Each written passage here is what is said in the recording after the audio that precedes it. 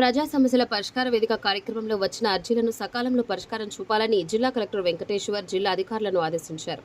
సోమవారం ఉదయం జిల్లా కలెక్టరేట్ నందు ఏర్పాటు చేసిన ప్రజా సమస్యల పరిష్కార వేదికలో జిల్లా కలెక్టర్ అర్జీదారులకు గౌరవప్రదంగా కుర్చీ ఏర్పాటుతో వచ్చిన అర్జీదారులకు తాగునీటి సౌకర్యం కల్పించి వారి సమస్యలను సావధానంగా వింటూ అర్జీలు స్వీకరించారు.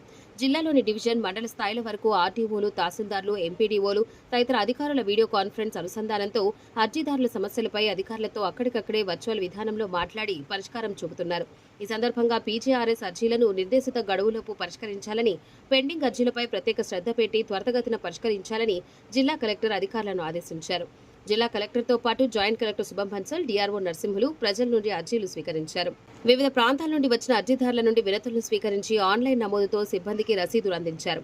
శాఖల వారీగా అర్జీలు మొత్తం 372 వినతులు రావడం జరిగిందని, సంబంధిత అధికారులు అందరూ సదరు అర్జీలపై ప్రత్యేక దృష్టి సారించి వేగవంతంగా పరిష్కరించాలని స్పందనకు హాజరైన వివిధ శాఖలకు సంబంధించిన జిల్లా అధికారులకు జిల్లా కలెక్టర్ సూచించారు.